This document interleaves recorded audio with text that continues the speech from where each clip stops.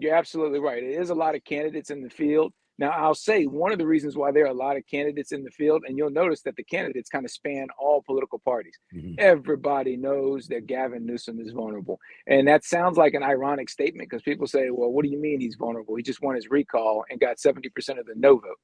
But here's two very important data points from that recall election that nobody's paying attention to.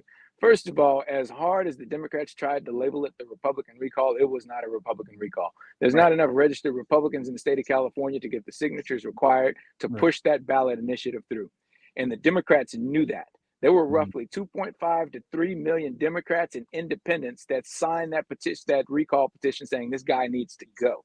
And Right. that mortified the Democrats, which is why they raised over $100 million. They pulled over $100 million into a gubernatorial recall. Okay, that's a significant amount of money. And not only did they pour that much money into it, they called in all air support. Barack Obama was effectively campaigning again in the state of California. They had Hillary Clinton here. They had Joe Biden here, Kamala Harris, Elizabeth Warren, who has nothing to do with California politics, showed up. They were terrified that he was going to be recalled because they knew the math was there.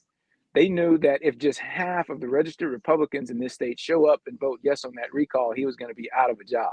Now, here's the important data point from those Democrats and independents, those 2.5 to 3 million Democrats and independents that ultimately signed yes, meaning yes, let's recall this governor. The second question on everybody's recall ballot was if you vote yes, the second question was who would you have replace him? The number one most common response amongst those Democrats and independents was they left it blank. Now, a lot of people say, well, why on earth would they leave it blank? I don't really care because what that means is they thought anybody was better than Gavin Newsom.